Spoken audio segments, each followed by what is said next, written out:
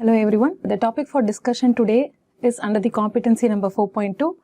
The topic is intestinal and pancreatic secretions. I am Dr. S.Kanimozhi Dopamine, your course director here at Dopamine for the subject Physiology.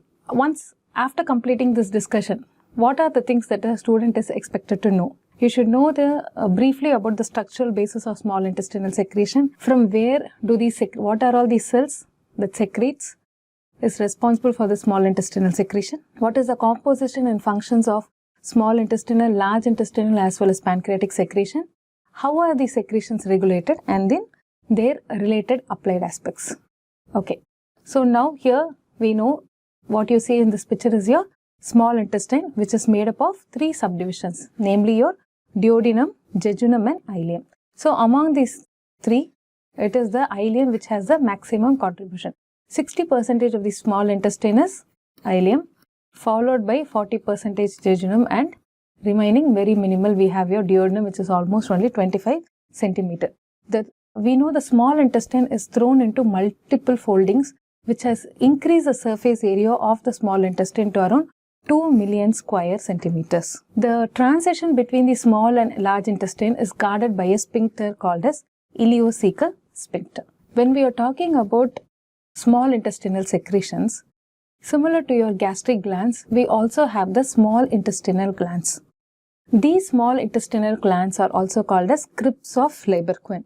So these small intestinal glands are called as crypts of Leiberquin. And where are they located? They are located in between the villi. So here you can see two villi. Okay, this is one villi, this is another villi. Villi are nothing but finger-like projections that comes from the mucosal surface of the small intestine. In between these two villi, there are infoldings into the mucosal infoldings. So these infoldings are called as crypts of Leiberquin. These infoldings that is lying between the villi is called as crypts of Leiberquin. Now, these crypts of Leiberquin are lined by cells. These crypts of Leiberquin are lined by cells, namely enterocytes, argentifin cell, goblet cells and Paneth cells, and these cells are going to produce different types of substances which is going to contribute to the small intestinal secretion. Okay. And also in the submucosal region, you can see another gland. Okay. So one we saw was in between the villi, you see the crypts of Leiberquin, and in the submucosal region, you are seeing certain glands called as Brenner's gland. These are usually seen in the submucosal coat of the duodenum between the papilla of Vater and pylorus, and these Brenner's gland secretes mucus. Okay. So the secretions in the small intestine is basically coming from these intestinal glands and the Brenner's gland. I hope this is clear. So now when we look at this picture here, you can see the gross anatomy of the small intestine, where I want you to look at this. The small intestine is thrown into the mucosa, is thrown into multiple folds, which increases the surface area for absorption. As we know, maximum absorption of nutrients happens in the small intestine. It is important that it is thrown into multiple folds. Now when we look at an enlarged image of one of this region, here you can see finger-like projections. These finger-like projections are called as villi. In between these villi, you have this crypts of Leiberquin. Okay. Now when we look at these villi, as I already told, these are finger-like projection which is richly supplied by blood vessels, capillaries and lacteals, so that the nutrients absorbed by this villi will immediately enter into the bloodstream and the fats will enter into the lymph. Okay. Now this was our crypts of Leiberquin. So when you see an enlarged image, what you see here is an intestinal gland or a crypts of Leiberquin. Again, similar to the gastric gland, they are lined by different types of cells. Collectively, the secretions that come from these cells are called as Succus entericus. So this is an important Viva question. What is Succus entericus? The secretions of the small intestine is called as Succus entericus. Okay. The Succus entericus is secreted by what? It is secreted by these cells present in the intestinal gland, also known as crypts of Leiberquin. Okay. Now, what are all these cells that is present in these intestinal glands or the crypts of Leiberquin? We have enterocytes. Okay. What do the enterocytes do? The enterocytes secrete water and electrolytes along with some enzymes. The most important enzyme secreted by the enterocytes is an enterokinase. Okay. Then we have the goblet cell which secretes mucin. we have the Paneth cell that secretes guanylin along with glycoprotein, lysosome and certain immunoglobulins.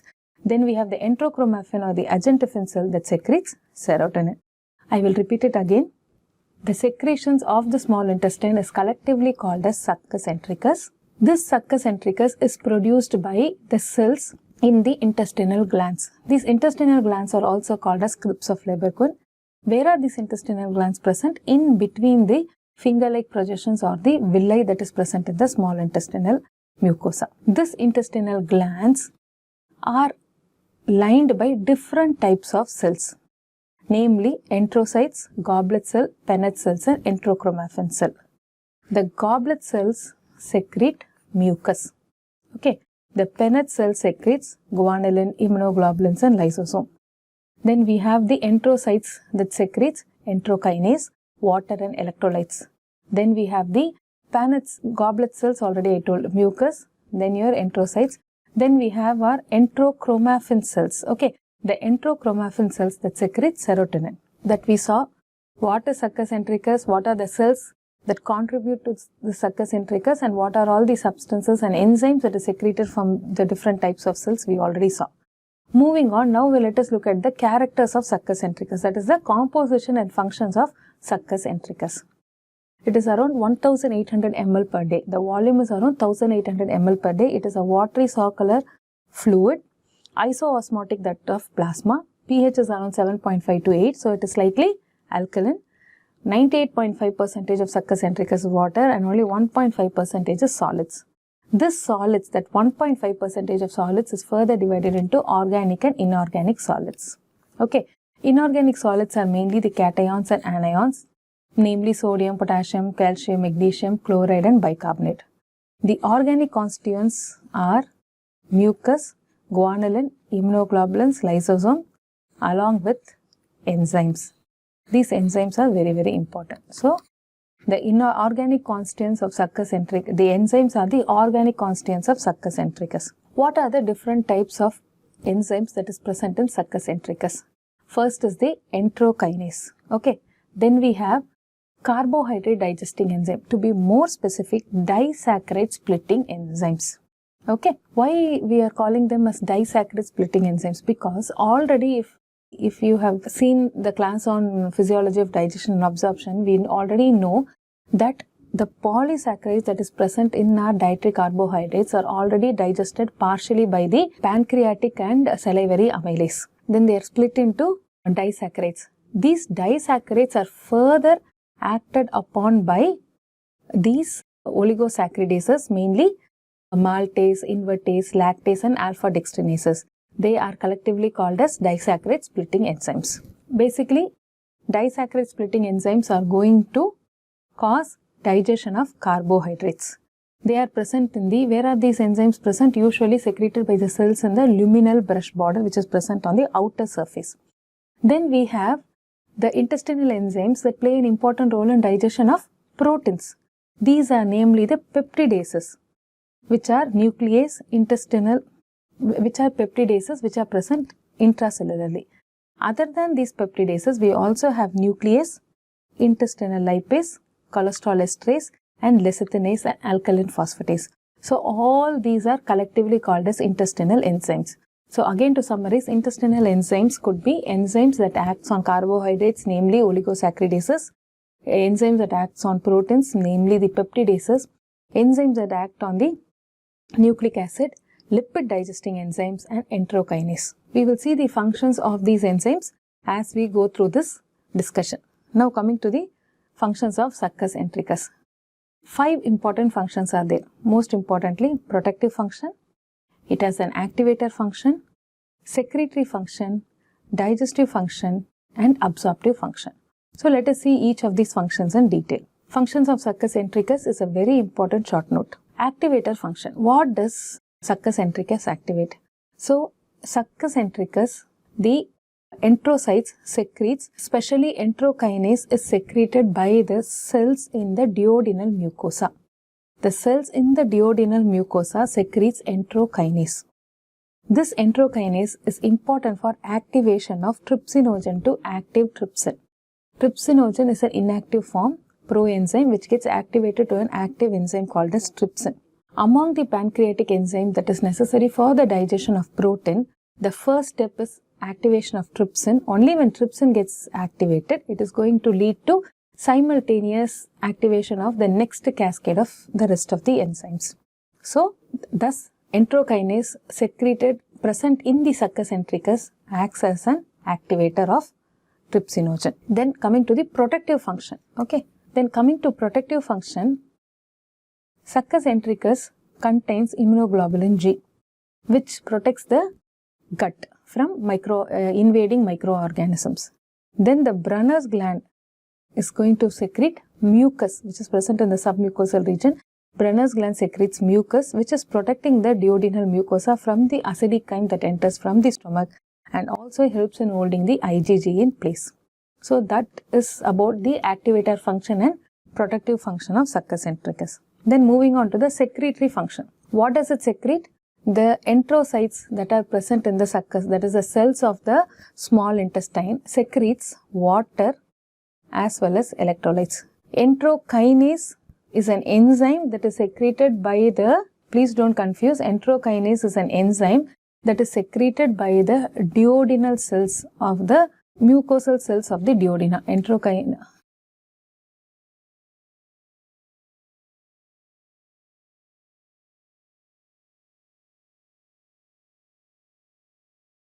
Mucosal cells of the duodenum secretes enterokinase, which is important for activation of trypsinogen to trypsin. The enterocytes that is present in the small intestine, this is another type of cells. Enterocytes, they secrete water and electrolytes. So that is why we say that Succus entericus has secretory function. So what does the water do? What is the use of water? Water helps to maintain the fluidity of the luminal contents. Water acts as a vehicle for the enzymes to mix and act with the luminal contents, and also once the enzymes are digesting the luminal contents, that is the nutrients, for these nutrients to get absorbed, to diffuse into the epithelial cells, also we need water as a medium. Then the enterocytes also secretes electrolytes.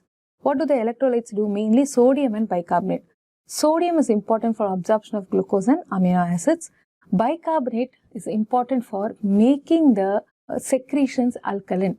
Okay, because alkaline pH is important for the optimal activity of the enzyme that is present in Succus entericus, especially the pancreatic enzymes. Now, moving on to the digestive function. Now that we have seen the activator function, we saw the protective function, we saw the secretory function. Now we are moving on to the digestive function. As already we saw, there are multiple enzymes digesting different components of our different nutrients are present in the Succus entericus. Let us start with the carbohydrate digesting enzymes, that is disaccharide splitting enzymes. Sucrose is converted to glucose and fructose by the enzyme invertase. Okay, this is important for your MCQs. Maltose is converted to glucose by the enzyme maltase. Lactose is converted to glucose and galactose by the enzyme lactase. The alpha limit dextrins are converted to glucose by the alpha limiting dextrase. Okay. Actually, the salivary and pancreatic amylase will partially digest, that is, it will hydrolyze the 1,4 alpha linkages and partially digest them and form alpha limiting dextrins. Okay. Now, this alpha limiting dextrins contain alpha 1,6 linkages, which will be acted upon by this disaccharide splitting enzyme alpha limiting dextrase, which will convert it into its simpler form glucose. Okay. Then we have this, that was with the carbohydrate digesting enzymes. Now we have the protein splitting enzymes. What are the protein splitting enzymes? As we already saw, we have peptidases which will act on large peptones and polypeptides and convert them into simpler amino acid. Then we have nuclease which acts on the nucleic acids and converts into nucleotides and nucleosides. These nucleotides and nucleosides will be acted upon by their respective nucleotidase and nucleosidase and converts them into purine and pyrimidine. Moving on to the fat digesting enzymes that is present in the Succus entericus. Cholesterol esterase acts on the cholesterol esters to form free cholesterol. Phospholipase acts on lecithin and isolecithin to form simpler phospholipids. Alkaline phosphatase acts on organic phosphate to form free phosphate. Okay, so that is about those digestive enzymes of carbohydrates, proteins and fats. Now moving on to our last function, that is the absorptive function of Succus entericus. We all know small intestine is the major site of absorption of the nutrients, including water and electrolytes. Okay, but majority of the water and electrolytes are absorbed from the distal ileum and colon. Okay. In general, as we already saw during the process of physiology of absorption, that the gut is presented with approximately 9 liters of fluid per day. Very important. Among this 9 liters of fluid, 2 liters is coming from dietary sources, 7 liters is coming from various GI secretions starting from the saliva up to the large intestinal secretion. Even though we have 9 liters of fluid presented to the gut, only 1 or 2 liters passes into the colon, and even here among this 1 or 2 liters that is passing into the colon, almost everything is absorbed and only 150 ml is lost in the feces. That is, only 0.5% is lost. Okay, now you can understand the importance of the absorptive function of Succus entericus. Not only that, the Succus entericus also helps in absorption of carbohydrates. So there are various transporters, channels and ions that helps in transport of carbohydrates, proteins, fats and electrolytes from the lumen into the interstitial cells, into the small intestinal cells. Now coming to the regulation of small intestinal secretion. As we see in all the other regulations, here also we have the regulation can be brought about by local stimuli in the form of an mechanical stimuli, chemical stimuli or an irritant. Okay. And also through nerve plexus. Tactile and chemical stimuli usually increases the volume and also the enzyme output. Irritant stimuli also has the same function along with increase in production of mucus. Neural stimulus mainly via the vagus increases the small intestinal secretion, and sympathetic stimuli inhibits the small intestinal secretion. Coming to hormonal regulation, gastrointestinal hormones like gastrin, cholecystokinin pancreatidymin, secretin, vasoactive intestinal peptide, glucagon stimulate the small intestinal secretion. Whereas somatostatin inhibits the glucagon stimulated secretion, and prostaglandin also stimulates small intestinal secretion. Moving on to the applied aspect, most important is duodenal ulcer. Okay, why would we have duodenal ulcer? Anatomically, if we see, basically the pancreatic juice is rich in bicarbonate. This bicarbonate provides the alkalinity to neutralize the acidic chyme that comes from the stomach. And we all know the pancreatic contents are emptied into the small intestine, especially at the second part of the duodenum. So that means the first part of the duodenum is still exposed to the acidic contents that came from the stomach, and there is no neutralizing function over there. That is why the first part of the duodenum is the site which is more prone for ulcer. In some patients, the accessory pancreatic duct of Santorini can directly open into the first part of the duodenum, where it gives some protection from this ulcer. Okay, and otherwise also, why does the patient end up having an duodenal ulcer? Whenever the Brunner's gland, which is located in the submucosal layer, if its secretion of mucus is decreased, then it leads to duodenal ulcer. Additionally, as I told you, if the bicarbonate secretion is decreased by the epithelial cells, then also it will lead to duodenal ulcer. Coming to cholera, the toxins of cholera is going to act on the receptors that is present in the small intestinal cells. Okay. So, by acting on this receptors, it is going to activate the enzyme adenyl cyclase. So, cholera toxin activates adenyl cyclase. Once adenyl cyclase is activated, it causes increased chloride secretion and decreased sodium absorption. Okay, and also water reabsorption is also inhibited or decreased. So, in cholera, there is profuse watery diarrhea up to the level where the patient loses more than 30 liters of water per day. As we continue our discussion on apply aspect with respect to small intestinal secretion, other types of diarrhea other than the diarrhea caused by cholera, the E. coli, the toxin that is produced by E. coli will act on guanyl cyclase. Okay, will act on guanyl cyclase, increase the activity of cyclic GMP. Increase the activity of cyclic GMP. This is also going to cause increased chloride secretion and decreased sodium chloride reabsorption, leading to watery diarrhea. Now, the toxins produced by Clostridium tetani and Shigella, how are they going to cause diarrhea? Here, these toxins are cytotoxic to the epithelial cells of the small intestine. So, the epithelial cells gets damaged. Because of this, there is increased secretion and decreased reabsorption of water and sodium. Lactose intolerance, we have already seen. What happens in lactose intolerance? The enzyme lactase is deficient. So, what happens? Lactose remain undigested. Glucose and galactose is not formed. It remains undigested. When this undigested lactose enters into the colon, the colonic bacteria is going to ferment it, leading to abdominal bloating, gurgling sounds in the abdomen, and fermentive diarrhea. Then in malabsorption syndromes like celiac spruce and gluten and enteropathy, what happens? The surface area, the epithelial cells are damaged. So, the surface area available for absorption is limited, which is leading to diarrhea. So, that summarizes our discussion on small intestinal secretion. Now, let us move on to all those topics we are seeing today. Small intestinal secretion, pancreatic secretion and large intestinal secretion. All these are short notes.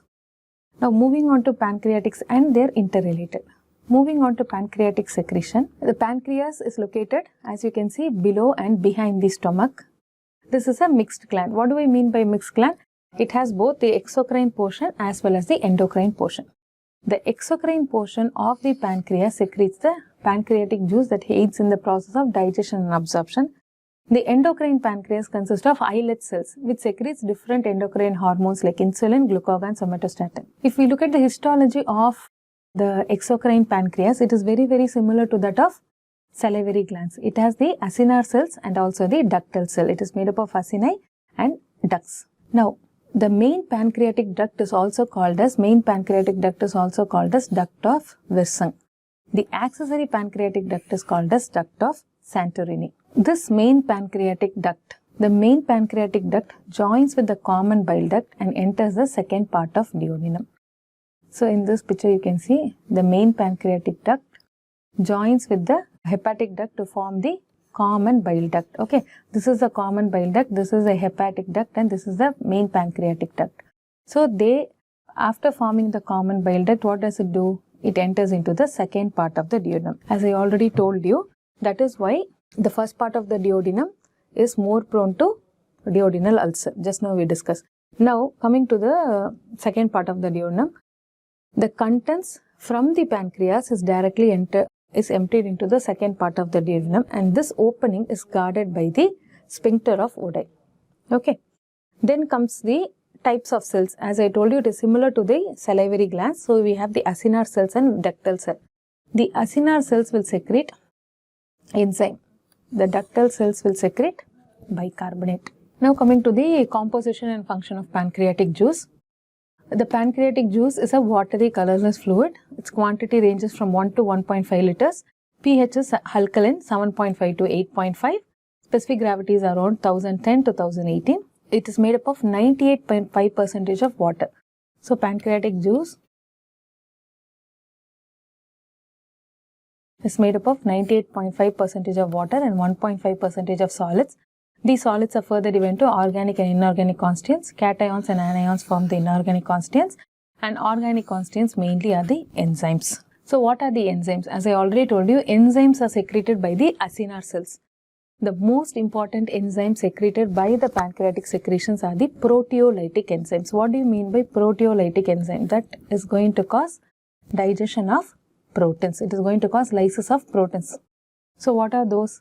Trypsinogen, chymotrypsin, procarboxypeptidase A and B, proelastase, ribonuclease and deoxyribonuclease. Then it has lipolytic enzymes like pancreatic lipase, colipase, prophospholipase A2 and carbohydrate splitting enzyme, amylolytic enzymes like pancreatic alpha amylase. Another very important enzymes that is secreted in the pancreas is the trypsin inhibitor. Very important. So this is important in understanding the concept of auto-digestion of pancreas.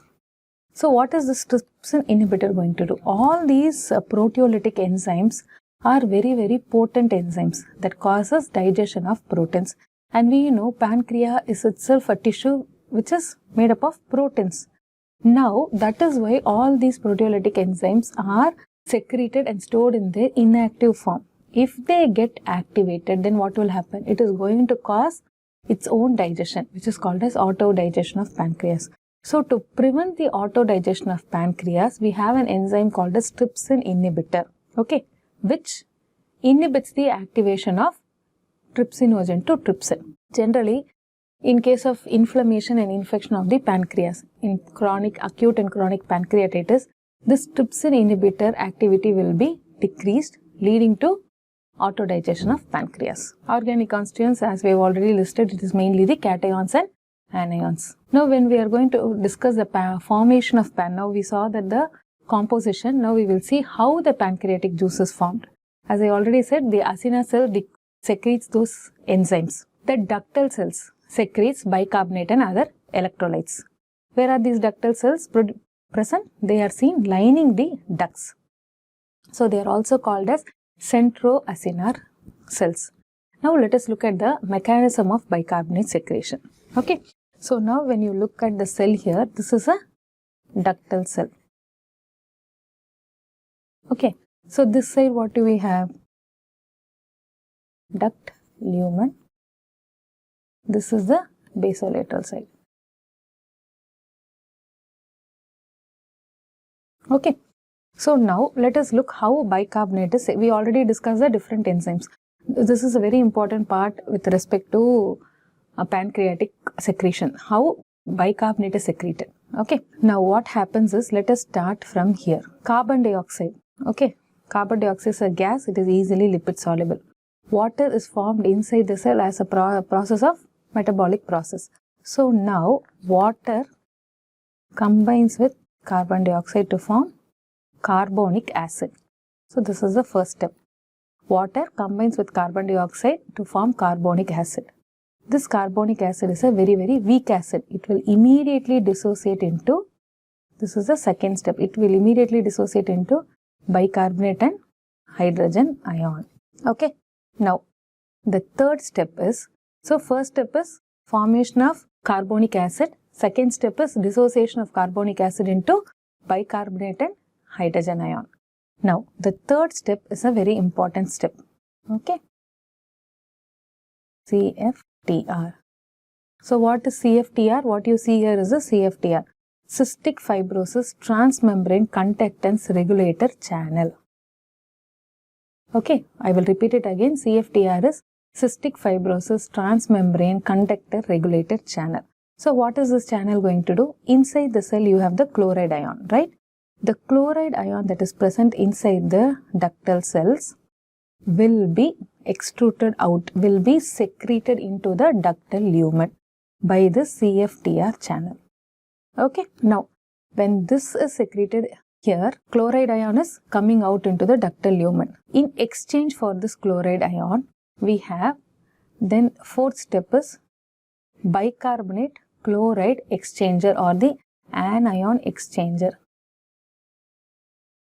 We have the anion exchanger here in the luminal side. Okay. So that is on the apical side. In the apical membrane, we have the anion exchanger, which is the bicarbonate chloride exchanger, which transports the chloride.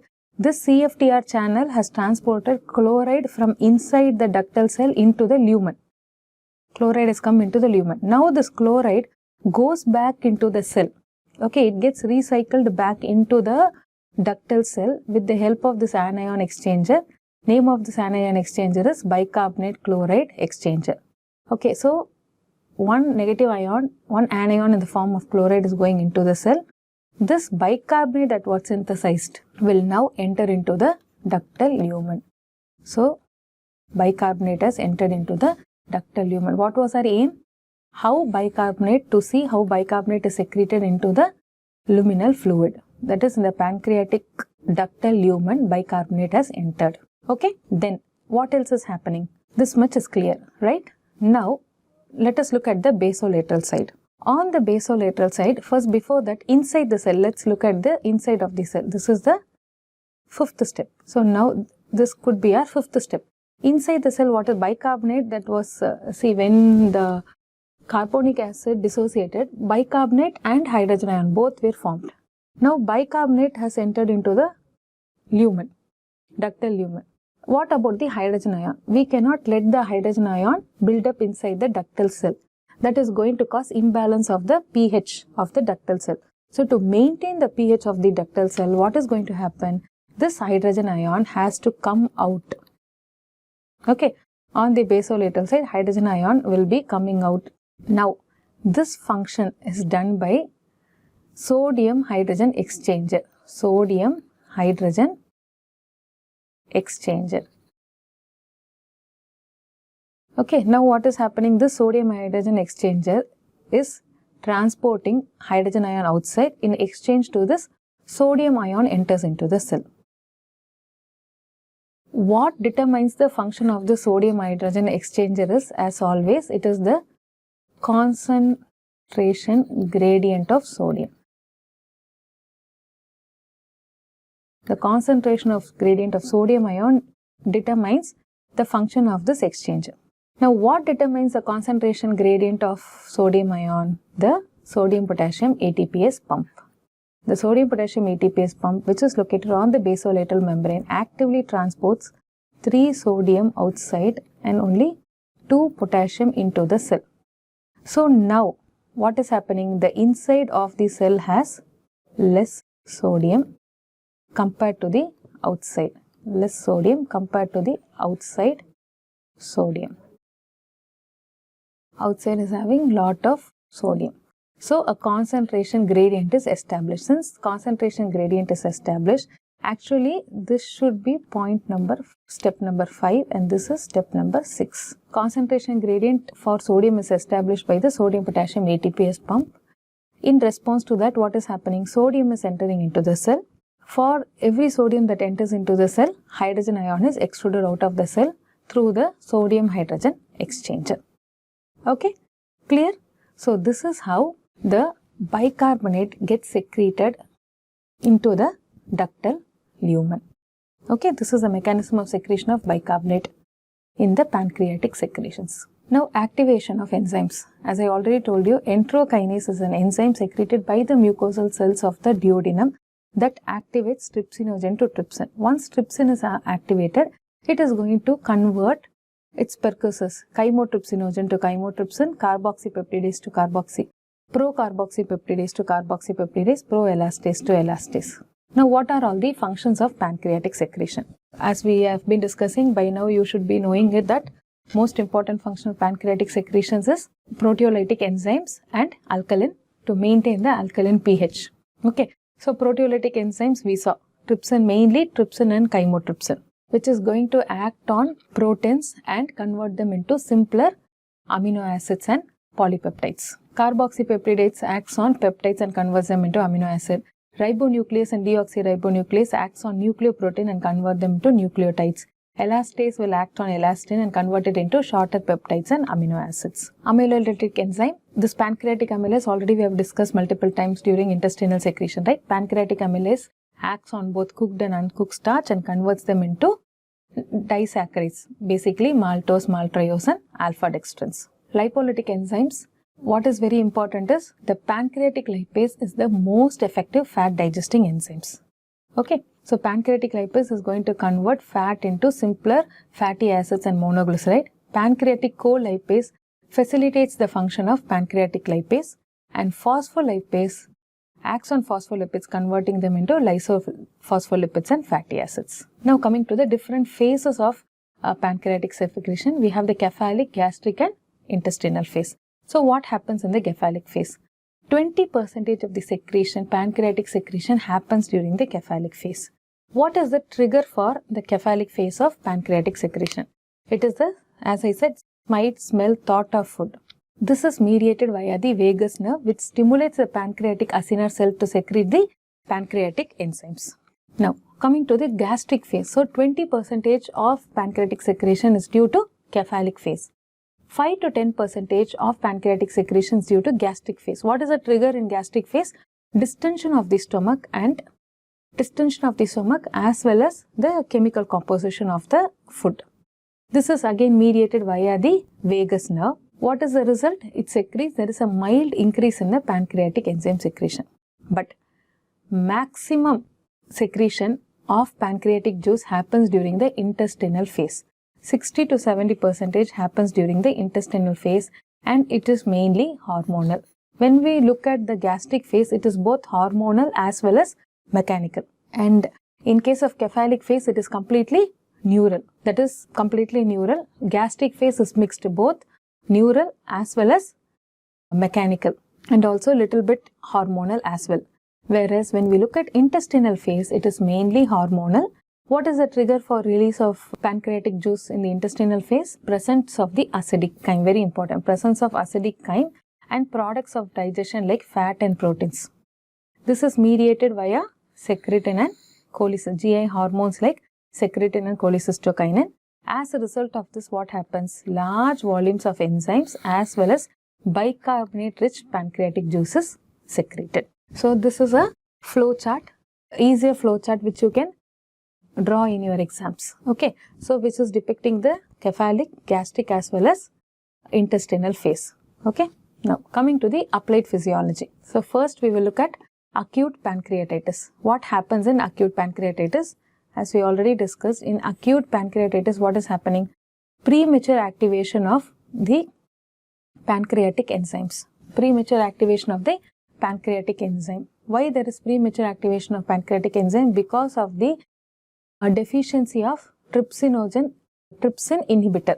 Okay, so because of trypsin inhibitor is not functioning effectively, there is premature activation of the pancreatic enzyme leading to autodigestion of pancreas. Then in case of cystic fibrosis, this is again a genetic disorder due to mutation of that CFTR gene. And when we saw the mechanism of bicarbonate secretion, we already saw this CFTR gene is very, very important for secretion of chloride into the ductal lumen. If this doesn't happen, what will happen? If chloride is not secreted, the secretions in the pancreatic duct is going to be very, very thick, viscous secretion. That is going to block the pancreatic ducts. When the pancreatic duct is blocked, these enzymes are not effectively released into the duodenum. So it is going to hamper the digestive and absorptive process. Okay. The same kind of disturbances will also happen in the lung. Then comes complete extirpation of pancreas. That is total pancreatectomy. So what happens here is, this happens either because of complete removal of the pancreas, either due to a tumor in the pancreas or cancer of the pancreas. This condition, because of the total removal of pancreas, will result first in diabetes mellitus and also steatorrhea. Why diabetes mellitus? The beta islet secreting insulin is lost. Why steatorrhea? Because the pancreatic lipase, which is very, very important for digestion and absorption of fat, is also not present, leading to steatorrhea. Now, what are the different pancreatic function tests? Pancreatic function test per se can come as a short note. Pancreatic function test also can be classified into direct test and indirect test. What do I mean by direct test? Direct test measures the pancreatic secretion directly. What are the different direct tests that is available? Secretin test, cholecystokinin test and Lund-Meal test. What happens in secretin test? Here we are measuring the bicarbonate-rich pancreatic juice after an IV injection of secretin. In case of cholecystokinin test, what are we doing? We are measuring the secretion of cholecystokinin. And in Lund-Meal test, what are we doing? We are measuring the pancreatic response to a standardized fatty meal. So after a fatty meal, if pancreatic lipase is present, then the meal is going to get digested. So these are examples of direct test. So when you inject secretin, what are we expecting? In secretin test, what are we expecting? When we inject secretin, what do you expect? Secretin is going to cause release of watery bicarbonate-rich pancreatic juice. When we give cholecystokinin, what do we expect? We are going to expect normally a pancreatic secretion that is rich in enzymes. Now let us move on to this indirect test. Indirect test, what are we doing here? We are indirectly assessing the enzyme activity by measuring the level of these enzymes in stool, urine or blood. Okay, measuring these enzymes in the stool, urine or in the blood. So what are the different enzymes that we can measure? In the blood, we measure serum amylase and serum pancreatic lipase. Usually, serum amylase and lipase are increased in pancreatitis. Then we also measure fecal elastase 1. Low levels of fecal elastase 1 again indicates pancreatic insufficiency. Then we can also do a fecal fat test. That is 72-hour collection of fecus. We collect a 72 hours feces and then we test for the amount of fat that is present in the feces. Normally, around 2 to 6 grams of fat per 100 grams of fat in the diet can be excreted. Anything more than 7 gram excretion of fecal fat of more than 7 gram percent is said to be fat malabsorption, that is steatorrhea. Then we have finally the D-xylose test. This D-xylose test is used to differentiate between a pancreatic insufficiency and an intestinal malabsorption. D-xylose is a simple sugar. Now if the problem is because of intestinal malabsorption, then what will happen? After injecting a specific amount of D-xylose, when we measure the level of D-xylose in the blood, if the level of D-xylose in the blood is low, then we know the problem is because of an intestinal malabsorption. If the level of D-xylose is normal, then it is because of a pancreatic insufficiency. So, D-xylose test is used to differentiate between pancreatic and intestinal malabsorption. That completes our discussion on pancreatic secretion and pancreatic function test and different applied aspects related to pancreatic secretion. Now, we are moving on to the large intestinal secretion. What is the most important function of large intestine? Basically, water and electrolyte absorption. Okay, and to a minimal level, it also secretes mucus and some electrolytes. Okay, what is the importance of this mucus and electrolytes? Mucus is secreted by the goblet cells which is present in the large intestine, and this mucus protects the large intestine from the mechanical and chemical injury, as well as it has a lubricating, helps in easy passage of fecal contents. It has a lubricating effect on the intestinal contents. Then electrolytes. So coming to the first electrolyte, bicarbonate secretion. So what is the importance of this bicarbonate secretion? The bicarbonate secretion helps in neutralizing the acidic byproducts of bacterial fermentation. So the large intestinal, this is especially important when we eat a carbohydrate rich meal. So when we eat a carbohydrate rich meal, what is going to happen? The simple sugars are all going to be fermented by the colonic bacteria, which is harmful, right? So this bicarbonate is going to neutralize this acidic byproducts. Chloride secretion. Another important function of our large intestine is water reabsorption and electrolytes. So now chloride, what is it going to do? Chloride is actively secreted via the CFTR channels. Because chloride is secreted into the colonic lumen, what is going to happen? This drives secretion of water into the lumen as well. Potassium is actively secreted in the colon, and in chronic diarrhea, it can lead to hypokalemia. When we were discussing about absorption of various electrolytes in the small intestine, please note, potassium secretion was a passive process. Initially, water will be reabsorbed, then the solute load will be more in the lumen of the small intestine. So, potassium will passively follow. But here, when it comes to the colon, it is an active process. I want you to differentiate that point here. Digestive, another important point what I want you to note down is digestive enzymes are absent and the concentration of bicarbonate is high in the large intestine. So, again, cholera we already discussed, right? So, excessive secretion of water and electrolytes is going to, as seen in cholera, is going to lead to secretory diarrhea. Overproduction of mucus, as seen in ulcerative colitis and irritable bowel syndrome, will cause colonic irritation and inflammation. Now, moving on to our questions. So, as you can see, once we finish a particular topic of discussion, we are revising these topics by looking at different clinical case scenarios. If you are able to answer these clinical case scenario, it implies that you have understood the topic. Okay. Now, first we have a 45-year-old patient presenting with chronic diarrhea, steatorrhea, weight loss. What is the key point here? You see, fecal elastate levels are low. What is the likely diagnosis and what could be the underlying cause? So, what is the likely diagnosis here? It is a Direct answer, fecal elastase levels are low. If we remember the pancreatic function test we just discussed. So this is an indication of pancreatic insufficiency, probably due to chronic pancreatitis or cystic fibrosis. Then we have another case, a newborn presents with meconium ileus. What is meconium ileus? Meconium ileus is nothing but the first stool that comes out of the newborn is usually meconium stained and it is very, very thick. That is called as meconium ileus. It is a very strong indicator of cystic fibrosis. Then what else is there? Failure to thrive is there, recurrent lung infection, and a sweat chloride test is positive. So now our assumption is almost now confirmed. When sweat chloride test is positive, that means what? It is cystic fibrosis. How does the underlying genetic defect affect pancreatic function? So what they are asking is, how does cystic fibrosis affect pancreatic function? I already told you, no? Mutation of the CFTR gene. What is it going to do?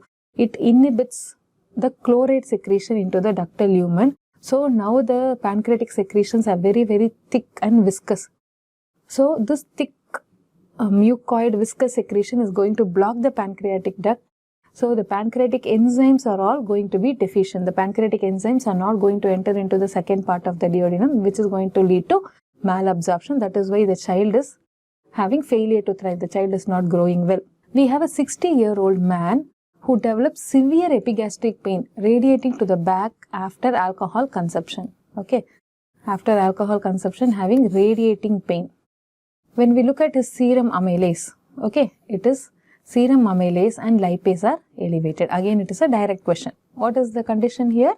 He is having acute pancreatitis. Because of this alcoholism is the most common cause of acute pancreatitis. And because of acute pancreatitis, what is happening? The trypsin inhibitor is not functioning properly. So there is premature activation of pancreatic enzymes. Mainly trypsinogen is converted to trypsin in the pancreas itself, which causes autodigestion of pancreas. Now we have another patient with chronic diarrhea due to cholera. Because of cholera, he is having chronic diarrhea and this has led to severe dehydration. What is the mechanism behind cholera-induced secretory diarrhea? So what happens, as we already discussed, cholera toxin will activate adenyl cyclase, which causes increased activity of the second messenger cyclic AMP. Once cyclic AMP activity is increased, it causes excessive chloride secretion, inhibition of sodium absorption. When chloride secretion increases, water is also going to follow, leading to water loss. That is why in patients of cholera, there is around 30 liters of water is lost per day. 30 liters of water is lost per day. Then next case, a 40-year-old woman with celiac disease. Also already they have told you she is having celiac disease, presents with iron deficiency anemia. How does this condition affect nutrient absorption? So what is happening? There is villous atrophy, reducing the surface area for absorption in the duodenum, impairing the absorption of iron. Why? Iron absorption maximally happens in the duodenum. Now coming to, you could see that most of these cases are all interrelated. Similar cases only you will see in digestion and absorption, or similar cases only we will see in intestinal or GI hormones. Okay, you have to understand the concept and correlate it so that we will be able to remember it better. Now quickly let us brush through some MCQs. What is the first MCQ? Which of the following is the major stimulus for pancreatic bicarbonate secretion? So pancreatic secretion could be rich in enzymes or rich in bicarbonate. For having a pancreatic enzyme that is rich in bicarbonate, what do you need? Secretin. Okay, the answer is already given here. Then the second question, activation of trypsinogen into trypsin in the small intestine is carried by enterokinase. Which of the following enzyme is secreted by pancreas in its active form? Pancreatic. Among these given options, it is pancreatic amylase. Okay, the rest of them, trypsin, pepsin, elastase are all secreted as proenzyme which needs to be activated. Pancreatic amylase is a amylolytic enzyme which is already active. What is the primary function of goblet cells in the large intestine? What do the goblet cells in the large intestine do? It is important for secretion of mucus. Cholera toxin leads to diarrhea by, just now we saw in the clinical case scenario as well. What does it do? Does it decrease chloride secretion? Does it inhibit sodium absorption? Does it block enterokinase activity? Or does it stimulate excessive bicarbonate secretion? What does it do? It actually inhibits sodium reabsorption by increasing the chloride secretion. Which of the following enzyme is responsible for breaking down dietary fats? Okay, is it amylase, trypsin, pancreatic lipase or enterokinase? Amylase is for starch. Trypsin is for protein.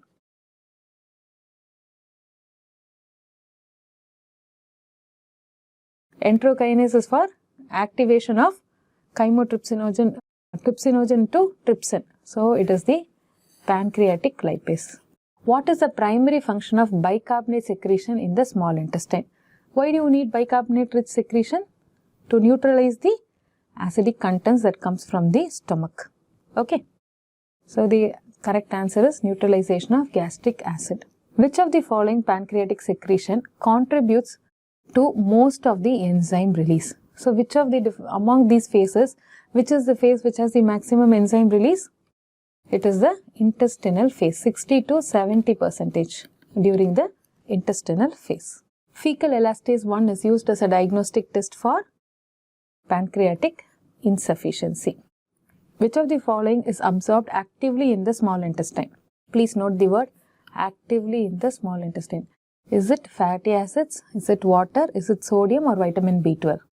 Among this, it is the sodium by secondary active transport mechanism. Okay. So, that finishes our discussion on the various intestinal secretions. I hope you understood the topic well. Kindly go through this PPT.